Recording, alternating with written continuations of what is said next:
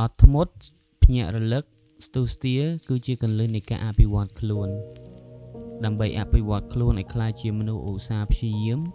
និងជោគជ័យនៅក្នុងជីវិតត្រូវតែជាមនុស្សដែលចេះអត់ធ្មត់ចេះភ្ញាក់រលឹកនិងស្ទុះស្ទាការអត់ធ្មត់គឺត្រូវតែមានស្មារតីអំណត់អត់ធន់ឲ្យបានខ្លាំងបំផុតក្នុងកិច្ចការងារ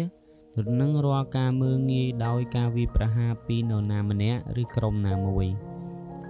ហើយការភ្ញាក់រលឹកគឺត្រូវមានភាពឆ្លៀសវៃក្នុងកិច្ចការនិងភារកិច្ចរបស់ខ្លួនដោយមានការដាស់តឿនក្រើនរំលឹកស្មារតីរាល់សកម្មភាពនិងកិច្ចការដែលខ្លួនត្រូវបំពេញរីឯការស្ទុះស្ទាគឺត្រូវតែព្យាយាមនិងស្វះស្វែងខំបំពេញកិច្ចការប្រកបដោយការយកចិត្តទុកដាក់ខ្ពស់ប្រសិនបើអ្នកអាចជំនះនៅបញ្ហាទាំង3នេះបាន